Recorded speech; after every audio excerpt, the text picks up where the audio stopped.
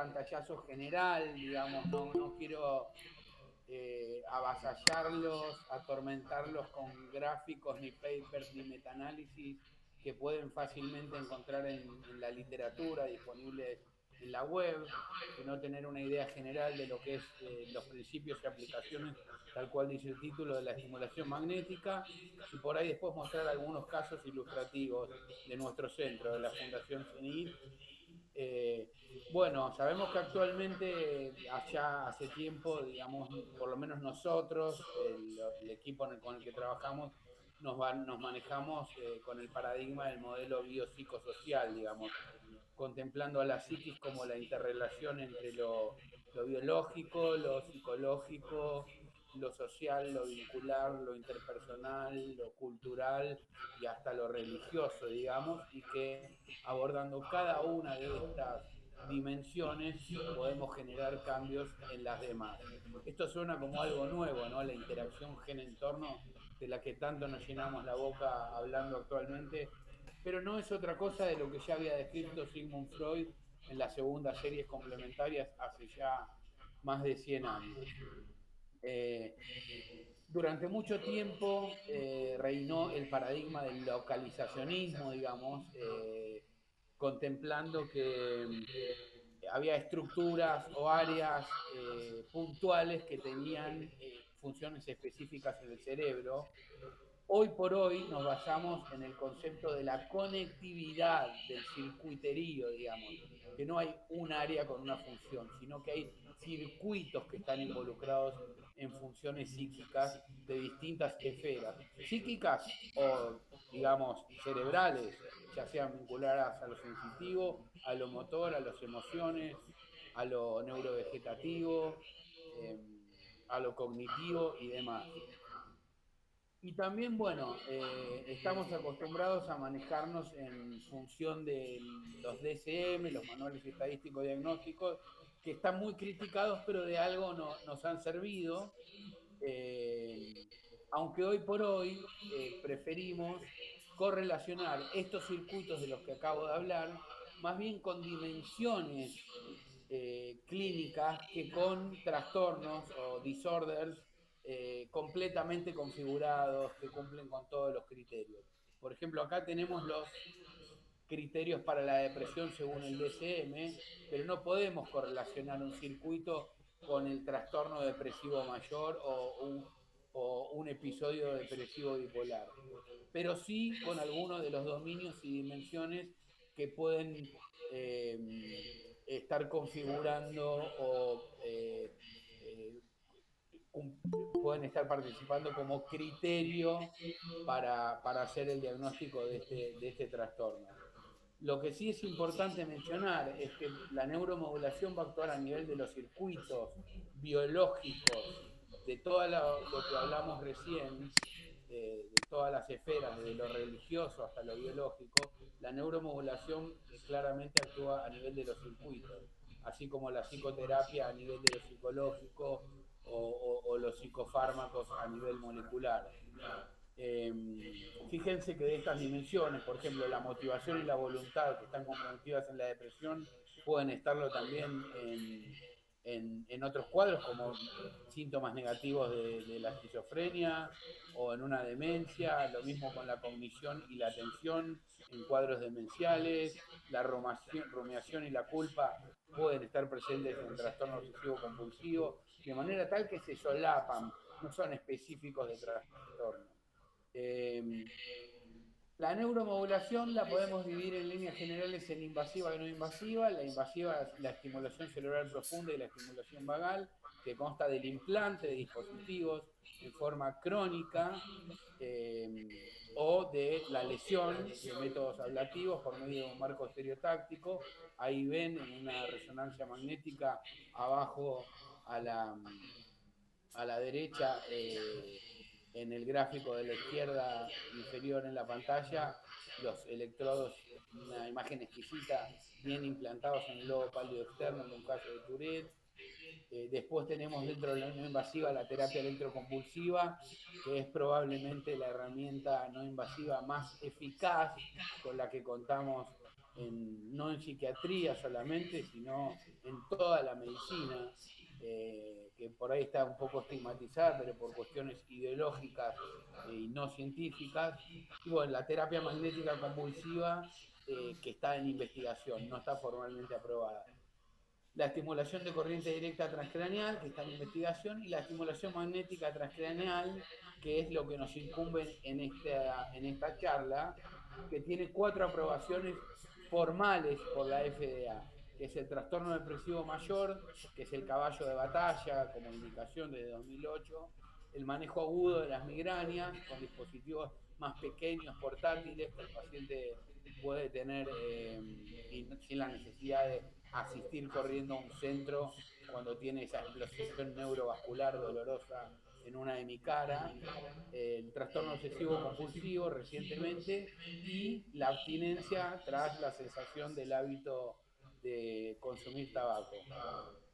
Bien, los principios de la estimulación magnética transcranial son que eh, hay un equipo que emite una corriente eléctrica primaria que se transforma en una corriente magnética en una bobina que puede traspasar cualquier porción de materia, cualquier cuerpo o inclusive el espacio en forma hasta el infinito, hasta que se encuentre con un material conductor, ya sea estaño, titanio, hierro o el cerebro, por ejemplo. Entonces, si ustedes ven el gráfico de la derecha, la bobina que recibe una corriente eléctrica la transforma en una corriente magnética que traspasa el pelo, la piel, el cuero cabelludo, el hueso, las meninges, llega al cerebro y genera un campo eléctrico superficial, pero que como lo genera en un área que forma parte de uno de los circuitos previamente mencionados, genera un cambio en dicho circuito en general, produciendo modificaciones a distancia, inclusive en las profundidades, aunque el campo magnético no llegue hasta las zonas más profundas del cerebro. Bien. Eh, ¿Cómo se localiza, digamos, el área que queremos, el target, el blanco que queremos eh, estimular? Eh, Hay formas topográficas, más rústicas, digamos, artesanales, que son las más comunes, y después hay otras formas por medio de tecnología y de neuronavegación. Las topográficas constan de identificar el área motora primaria que corresponde al, al homúnculo de Penfield, eh, eh, que, digamos, al ser estimulado promueve el movimiento de la mano contralateral, del dedo pulgar contralateral, del cuerpo contralateral, y una vez que se halla ese área, en base a eso se toma como parámetro tantos centímetros anterior, posterior, superior, inferior, y se toman medidas para llegar a otras áreas en las cuales no encontramos una respuesta motora. Estamos medio a ciegas, digamos. Una de las grandes ventajas de la estimulación magnética transcranial es que es no invasiva, pero esto también es una gran desventaja, porque no estamos viendo exactamente dónde estamos estimulando. Y además no todos los seres humanos tienen el mismo tamaño del cráneo, sobre todo en países donde hay diversas etnias. Y, por ejemplo, para la corteza prefrontal dorsolateral, que es el blanco de elección para la depresión, se supone que es 5 centímetros anterior al área, a la corteza motora primaria que corresponde al movimiento del dedo pulgar contralateral. Pero bueno, en Estados Unidos tienen comunidad de asiáticos, de afroamericanos, de caucásicos, no todos tienen la cabeza del mismo tamaño, entonces a veces dicen que es 6, a veces dicen que es 5. Dentro de estos métodos topográficos es más fidedigno utilizar los parámetros que se usan en la electroencefalografía para la colocación de los electrodos. siendo F3 la zona que corresponde a la corteza prefrontal dorsolateral, que es un blanco patrón, digamos, que se utiliza para un amplio espectro de patologías, entre ellos es el blanco de elección para la depresión.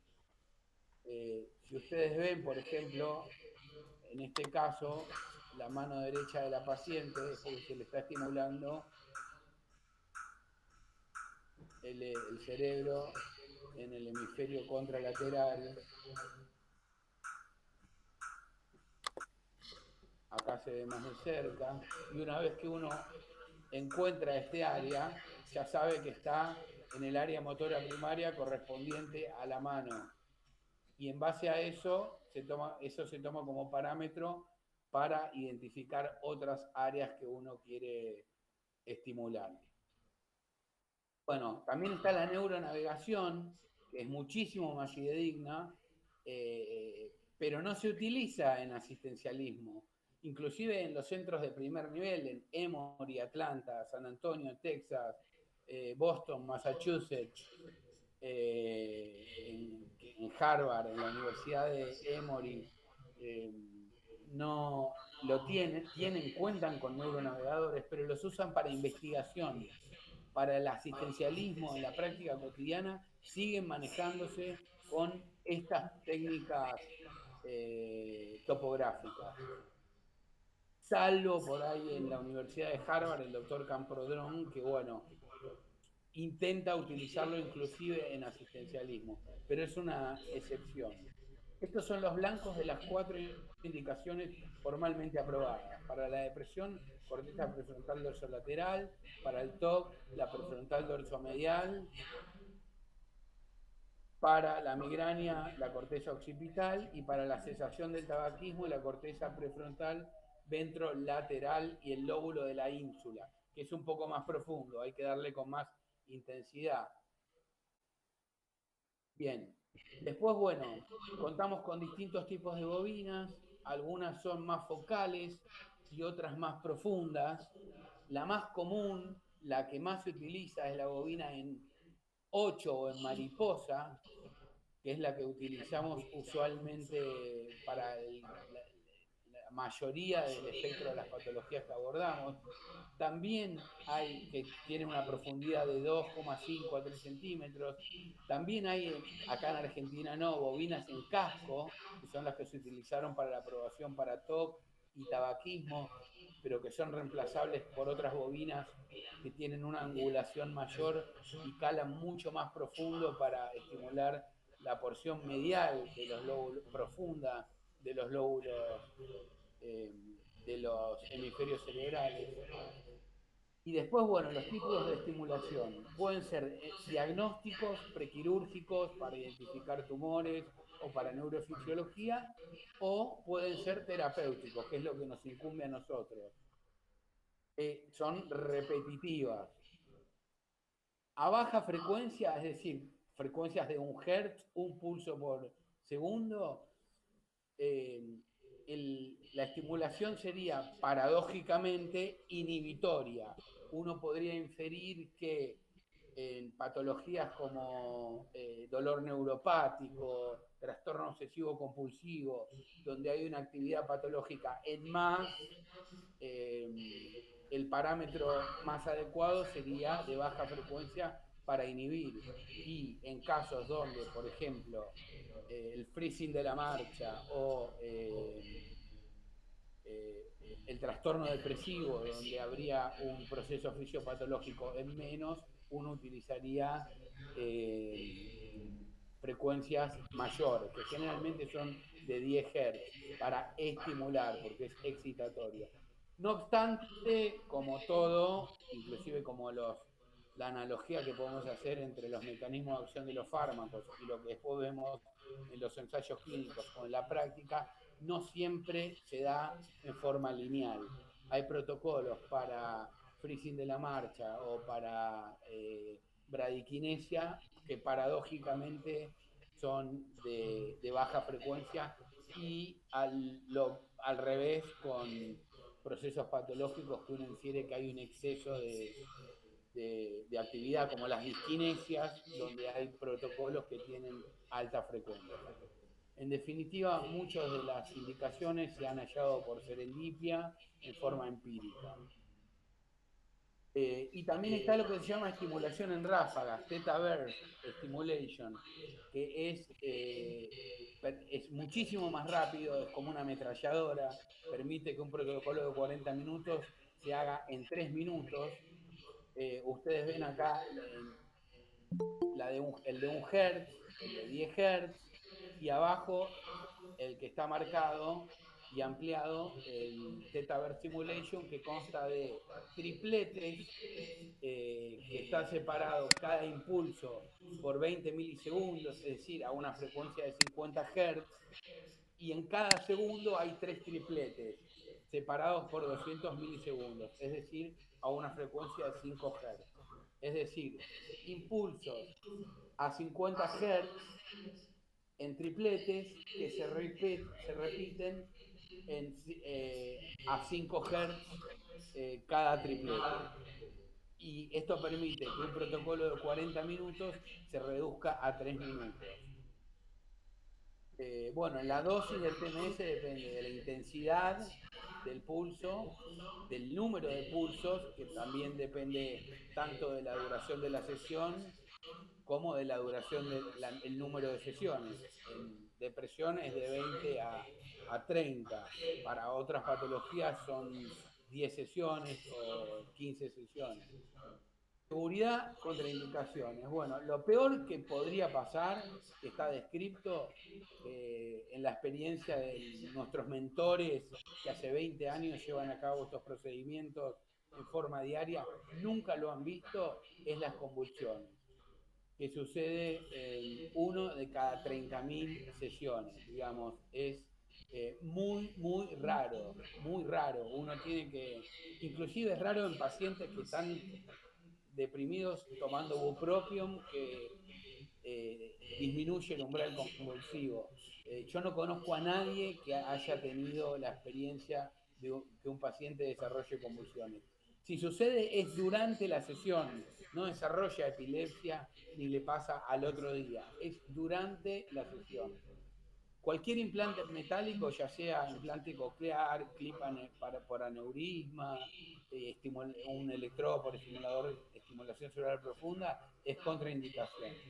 En cuanto a la tolerancia, puede haber molestias post sesión como cefalea, molestia local, porque el paciente siente como un tac, tac, tac, como si fuese un pájaro carpintero que golpea el cuero cabelludo, estimulación de los músculos faciales por los pares craneales con función motora, que a veces produce movimientos en los músculos de la cara, y algún acúfeno o tinnitus o hipoacusia posterior a la sesión, pero que muy raramente se observan, están descritos.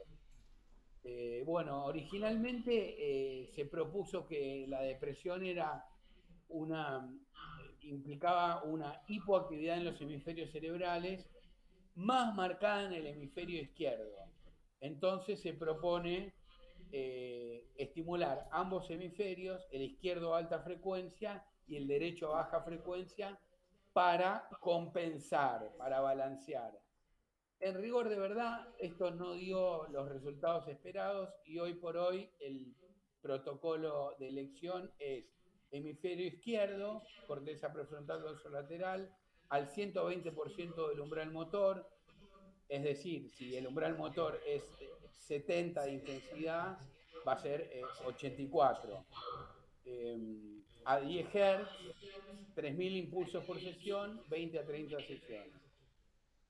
Este es un estudio naturalístico de la doctora Carpenter, que es muy interesante porque incluyó pacientes de todas las edades, con diabetes, con obesidad, con otras medicaciones, con patologías concomitantes, con comorbilidades y demás, que ya habían pasado por 4 o 5 ensayos de distintos antidepresivos con estrategias de combinación, potenciación, y halló una respuesta, es decir, una mejoría del 50% en el 41 a 58% de los pacientes y una remisión en el 26 al 37% de los pacientes, según la serie. Eh, Esto es un estudio de no inferioridad donde compara, porque cuando sale el Tetaverse dicen, pero a ver, ¿es equivalente la eficacia y la sustentabilidad del efecto de una sesión de 3 minutos a una de 40 minutos? Bueno, se llevó a cabo un estudio de no inferioridad en la que se compara en rojo la estimulación repetitiva normal y el tetaverse intermitente en azul, y se vio que a las 6 semanas la eficacia era la misma. Y esto dio lugar a la aprobación del tetaverse por la FDA en el 2018. Esto es, bueno, ya lo conocemos casi todos, son los resultados del estudio STAR-D, que nos muestra que cuanto más resistente es una depresión, más resistente es una depresión. Que en el primer tratamiento solo responde un 28%. De ese 28, en un segundo tratamiento con otro fármaco, responde un 21%. De ese 21, eh, de los que no respondieron, en un tercer tratamiento con combinación o potenciación con otros fármacos, un 16%, y en un cuarto ensayo un 7% de los que no respondieron en el tercero. Bueno, fíjense que el 7% está respondiendo luego de un cuarto ensayo con tratamientos farmacológicos combinados con psicoterapia, y nosotros vimos acá que en esa misma instancia está respondiendo un 41%, donde acá responde un 7%, o sea, con lo cual está hablando de un altísimo nivel de eficacia de la estimulación magnética transcraneal, que no excluye la combinación con psicofármacos.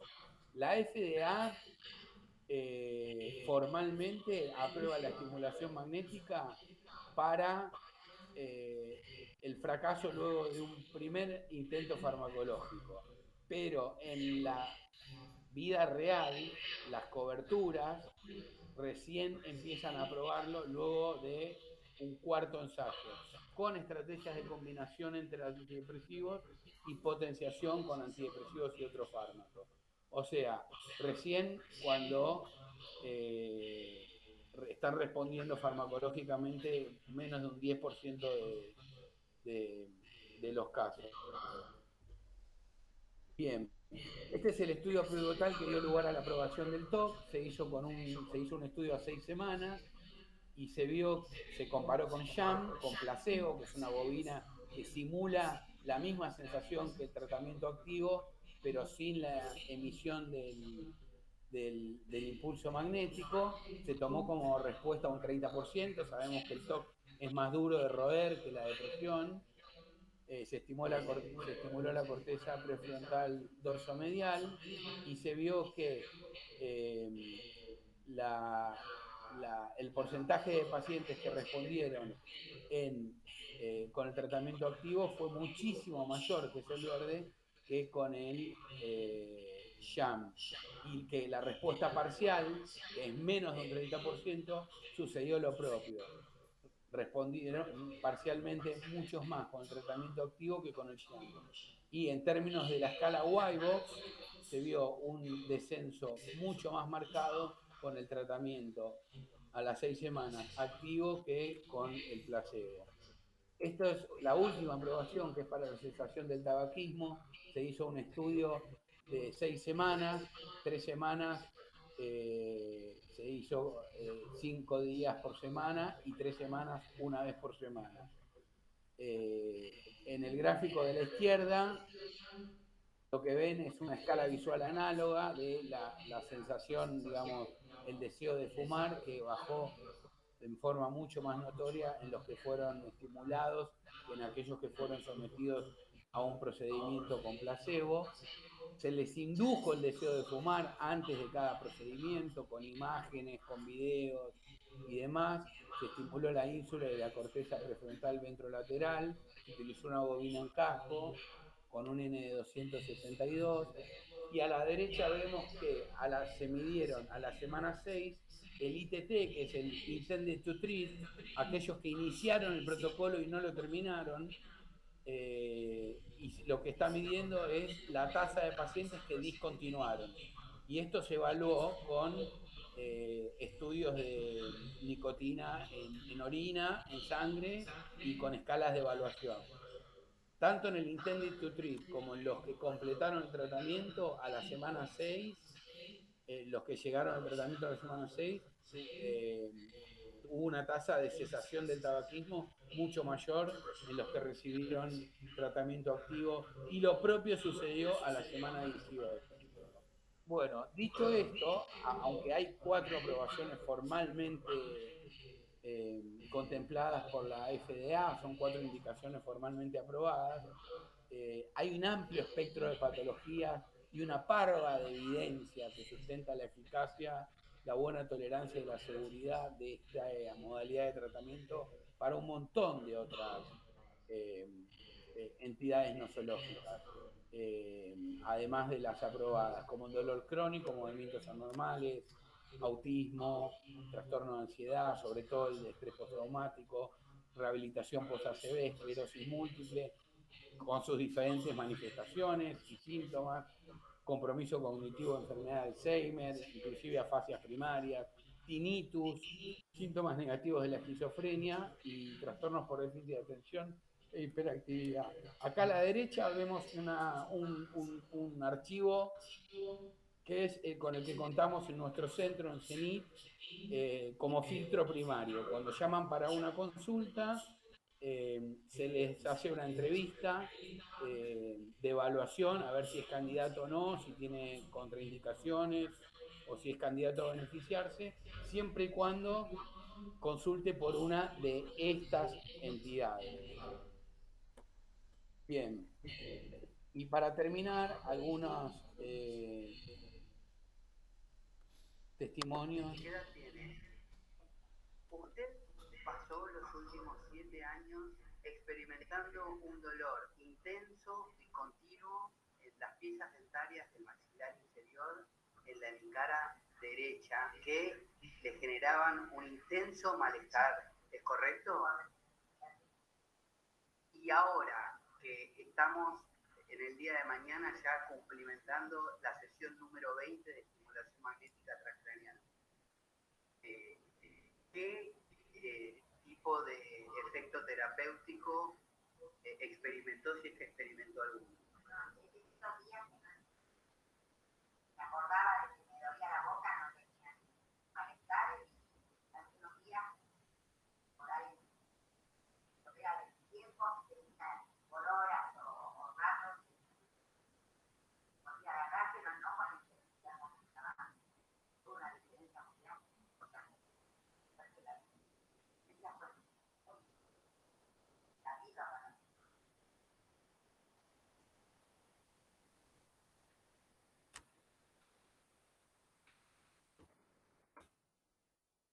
Estamos a viernes 26 de mayo de 2023 y cumplimentamos la sesión número 18 del protocolo de 20 sesiones por freezing de la marcha, luego de haber venido el año pasado a hacer un tratamiento también con estimulación magnética transcranial por disquinesia. ¿Tiene algún comentario respecto a los resultados que hemos obtenido tanto el año pasado como este? Los resultados son, en verdad, muy buenos. A mí me ha servido muchísimo, porque me caía mucho antes, ahora casi no me caigo, y razono mejor, y no me quedo trancada como me quedaba antes. O sea que ese congelamiento, ese freezing, ha mejorado, ha habido un alivio, un beneficio. Ha habido un alivio bastante grande porque me caía mucho. Y además de eso, ¿en alguna otra esfera, en algún otro aspecto, algún beneficio? Sí, en el aspecto de al hablar, que yo estaba hablando cada vez más bajito y no se entendía nada de lo que yo estaba hablando. Y ahora hablo más nítido y se escucha mejor lo que yo digo. Claudia es la hija de Dirza, que la acompañó toda esta semana durante el protocolo para freezing de la marcha. Respecto a lo que Dirza relató recién, ¿cuál es tu opinión, Claudia, en cuanto al tratamiento actual de esta semana? Sí, estoy totalmente de acuerdo. Realmente fue muy eficaz todo el tratamiento. Yo creo que un 80%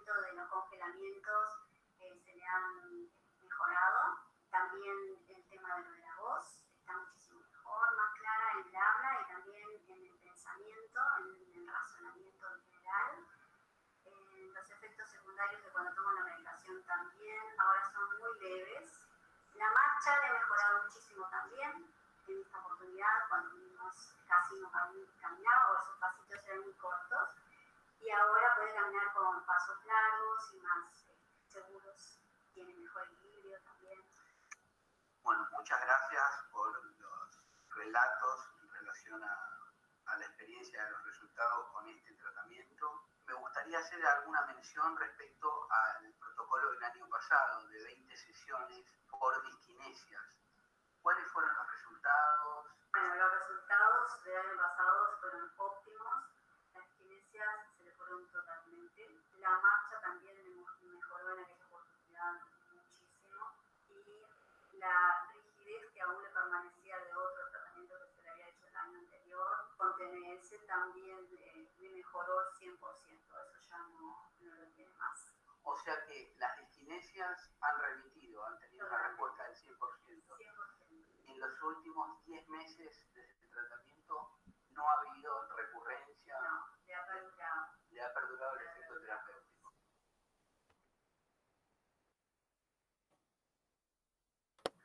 Yo sé que esta enfermedad es un día una cosa, otro día otra, porque así me ha pasado todo este tiempo, pero la realidad es que hace mucho que yo no veía esto que le voy a mostrar ahora. Doctor, lo que yo hace mucho que no veía era a mi marido caminar.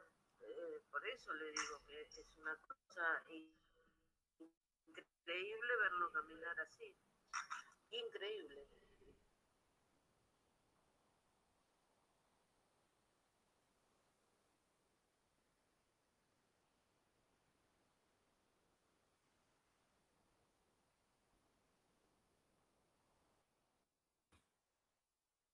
Estás haciendo un tratamiento de estimulación magnética transcraneal por un cuadro de migraña para prevención de las crisis. ¿Qué me podés decir acerca de tu experiencia con este tratamiento? Sería como beneficioso a los años que llevo de migraña, refractario a toda medicación, quirúrgica también. Acá es donde sentí un alivio, tanto en intensidad de dolor como frecuencia de la migraña. ¿Cuántos años hace la migraña? 10 años fácil. En una escala del 0 al 10, en términos de dolor, ¿qué puntaje le darías al dolor cuando tenías la crisis previo al tratamiento? Tenía dolor 10 y ahora pasamos a un 5. ¿Y cuántas crisis tenías por semana? 4 crisis por semana, y con este tratamiento tuve una sola, con menor intensidad de dolor y menos tiempo. ¿Cuánto duraban antes? Mi migraña duraban 24 horas mínimo y ahora duraron 12 horas, la que tuvo, la única que tuvo.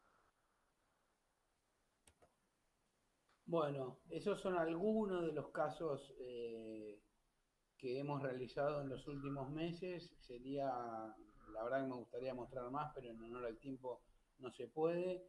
Bueno, y en líneas generales, para resumir, hay que tener en cuenta que uno está abordando no patologías, no, digamos, trastornos o síndromes en su conjunto, sino dimensiones, síntomas de entidades nosológicas, que uno aborda circuitos, no estructuras puntuales, sino que uno aborda una estructura para modificar la actividad de un circuito, que el TMS tiene un uso tanto diagnóstico como terapéutico, pero nosotros lo usamos forma terapéutica, eh, que hay diferentes parámetros de estimulación para diferentes síntomas o dimensiones o esferas sintomatológicas que se desean abordar, que hay 4 indicaciones aprobadas formalmente, eh, que es una modalidad segura, muy bien tolerada y eficaz, muy bien tolerada. El paciente está totalmente despierto, sin sedación, no se le rasura el pelo, interactuando con el profesional, viendo una pantalla de plasma o hablando, en total estado de alerta. Y que bueno, que además de las 4 indicaciones, como le mostré en los videos, hay evidencia y experiencia de eficacia, tolerancia y seguridad en otros trastornos, más allá de la depresión, el TOC, la migraña en agudo y la abstinencia a la cesación del tabaquismo. Muchas gracias.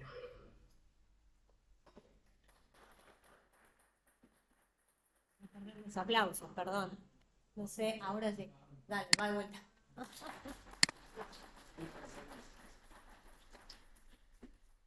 Bueno, Lean, gracias por el tiempo, la presentación impecable. Vamos a abrir el espacio para preguntas. No sé si la gente que está online quiere hacerlo a través de mensajes o si no, bueno, si alguien aquí en el auditorio en Ponce Carpinela, en Córdoba Capital, quiere compartir alguna pregunta. Dejo de compartir. ¿Cómo Sí, hago? porfa. En la flechita al lado de la manito, ¿te acordás? Dejar de compartir. Porque no nos podés ver. ¿Sí? Acá te cuento, te voy contando que está levantada una mano. Tenemos un especialista, un gran especialista en migraña, así que calculo, yo te adelanto, Lean, que le ha gustado mucho esa parte de la disertación. Tenés que acercarte, perdón, porque tenemos el microfonito acá adelante. Lean, para salir de la presentación, asegúrate que es cerrás tu presentación y volvés al mic. Dejar de compartir en la flechita al lado de la carita del emoji. Detener la presentación. Ahí va, Ahí. perfecto. Te saludamos otra vez. Hola, hola. No, muchas gracias por la presentación, muy muy buena. La consulta es, ustedes en el centro, ¿cuántos pacientes tienen tratamiento? O sea, ¿cuántos casos tratan con TMS mensualmente más o menos? ¿Y cómo lo tienen gestionado con las prepagas mutuales y el sistema de salud? Y mira, cada vez son más. ¿Por qué? Porque lo que sucede es lo siguiente. En algunos casos, cuando uno tiene un caso como, por ejemplo, una depresión, donde el cerebro histoarquitectónicamente probablemente está intacto y las alteraciones son más bien a nivel de neurotransmisores, actividad eléctrica, expresión de proteínas de membranas o cascadas de señalización. Uno puede hacer un protocolo y ahí el efecto tiene una sustentabilidad prolongada y recién si hace falta un mantenimiento es eh, diferido en el tiempo. Ahora, en casos como el paciente que estuvo un año en silla de ruedas y después del tratamiento comenzó a caminar, como comenta la mujer, que tiene parálisis supranuclear progresiva. En los casos de disquinesias que tienen Parkinson y la sustancia negra está histoarquitectónicamente comprometida. Eh, en los casos de dolor facial neuropático, donde hay un problema, digamos, a nivel las vías aferentes, digamos, que transmiten la información nociceptiva, el efecto terapéutico debería ser menos duradero, que es lo que vemos, salvo excepciones. Por ejemplo, la mujer de las disquinesias nos llamó la atención que vino a Uruguay, que en 10 meses no volvieron a recurrir. Pero en general, en los pacientes con Parkinson, con migraña, con freezing de la marcha, en la duración del efecto es de 4 semanas, ya la quinta semana empiezan a mermar los beneficios y le queda algún beneficio, pero residual, parcial. Entonces necesitamos solicitar tratamiento de mantenimiento, por ejemplo, 2 semanas cada 6 semanas, 4 libres de tratamiento, 2 con tratamiento. Entonces, lo que está pasando es que los mismos pacientes están viniendo todos los meses. ¿Me explico? Y cada vez llegan más, cada vez llegan más. En este momento estamos haciendo protocolos todas las tardes de 14 a 20 horas. Algunos duran 20 minutos, otros duran 40 minutos, otros duran media hora, otros son protocolos de 20 sesiones porque es la primera vez, otros son de 5 sesiones porque es un mantenimiento de una semana cada 5 tras un tratamiento exitoso inicial. Y con las coberturas de salud, por suerte, tenemos los pacientes tienen la fortuna de que la gran mayoría de ellas, sobre todo las obras sociales, más que las prepagas, lo cubren, lo cubren. Algunas son reticentes y dicen, bueno, todavía no, vamos a esperar, pero no obstante nosotros no desistimos y seguimos enviando los informes con solicitud de cobertura, con la nota del médico derivador, con la justificación de por qué el tratamiento, hasta que, bueno, un día estas que son reticentes se sienten y digan, ya son muchas solicitudes, algo vamos a tener que hacer. Pero la mayoría de las obras sociales lo están cubriendo. Y muchos de los pacientes también son de países hermanos, de Uruguay, de Paraguay, que vienen a hacerse el tratamiento acá y en ese caso, bueno, no necesitan cobertura. Se alquilan un departamento, se van a un hotel y, y se quedan el tiempo que se tengan que quedar. O a veces se hacen 2 sesiones por día en vez de una para, bueno, alivianarles un poco toda la movida que es viajar a Buenos Aires y dejar de estar en su país por 4 semanas. Hacen tour sanitario. Che, otra pregunta tenemos, Lean. Se me olvida. Acá Bueno, yo estoy de espalda, así que bueno, muchas gracias por la disertación. Yo soy médico psiquiatra también. Soy un poco el dueño de la empresa y la pregunta era, yo hace tiempo estoy viendo equipos y veo mucha diferenciación en precios, en calidades. La pregunta era, usted con tanta experiencia de uso, que si hay tanta diferenciación en la tecnología que se usa. Acá hacemos mucho diagnóstico por imágenes y no es lo mismo un resonador 3 Tesla que un resonador 0,25 Tesla. Pero es decir, en el caso de la estimulación magnética transcraneal, ¿cuál sería el gol estándar de equipamiento? ¿Y cuánto es importante gastar mucho en un gran equipamiento o en realidad se puede hacer bien las prácticas con un equipamiento de menor prestación? Mira, en Argentina hay representantes de 2 equipos que realmente ambos son confiables. Uno es ruso y otro es de Dinamarca. Nosotros usamos el de Dinamarca el micrófono se acaba. porque la gente que conocemos y que nos asesora de distintos lugares del mundo, como Harvard, el Departamento de Neuromodulación de Psiquiatría de Massachusetts General Hospital, o el Centro de Depresión Refractaria de Emory, Atlanta, o el Servicio de Neuromodulación del doctor Gabriel Derausky de San Antonio, Texas, usan el de Dinamarca. Entonces, por una cuestión de estandarizar y hablar el mismo idioma, optamos por ese. Hay otro que es ruso, que estimo es igualmente confiable, digamos, es de muy buena calidad. Son los dos buenos que tienen representantes en Argentina. En cuanto a el modelo del que usamos nosotros, eh, te diría que si vos querés tener la versatilidad de hacer Theta Burst y hacer protocolos o sesiones de 40 minutos en 3 y tenés flujo de pacientes, un volumen importante y necesitas mucha rotación y demás, el modelo de este equipo dinamarqués es el R30. O sea, el R20 no te permite hacer la estimulación en ráfagas, por ejemplo, y calienta mucho más rápido la bobina. El R30 tiene refrigeración activa que te permite hacer varios casos seguidos sin que caliente la bobina, que es todo un tema, y también te permite hacer estimulación teta Burst. Clarísimo, Lean. ¿Tenemos una pregunta más?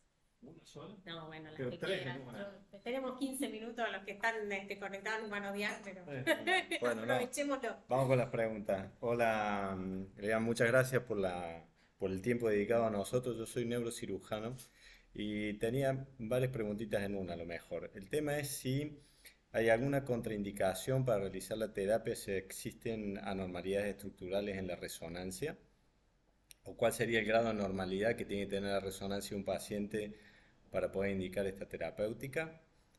La segunda quizá va relacionada un poco que tiene que ver con el paciente que mostraste con alteración de la marcha, que asumo que tenía Parkinson, porque es lo que mencionabas. Si en pacientes con Parkinson los síntomas que mejoran son solo los síntomas motores o también al mismo tiempo otros síntomas como puede ser la depresión que suelen tener, también son tratados de la misma terapéutica.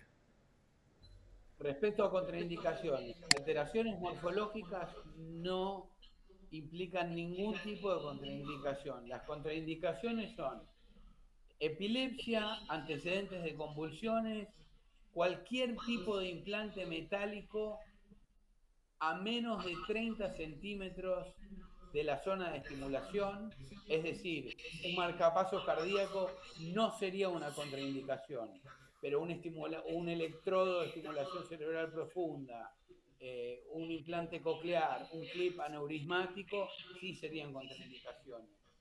En cuanto a la mejoría, sí. En cuanto al paciente que mejoró la marcha, era parálisis supranuclear progresiva en este caso. No era, no era paciente parkinsoniano.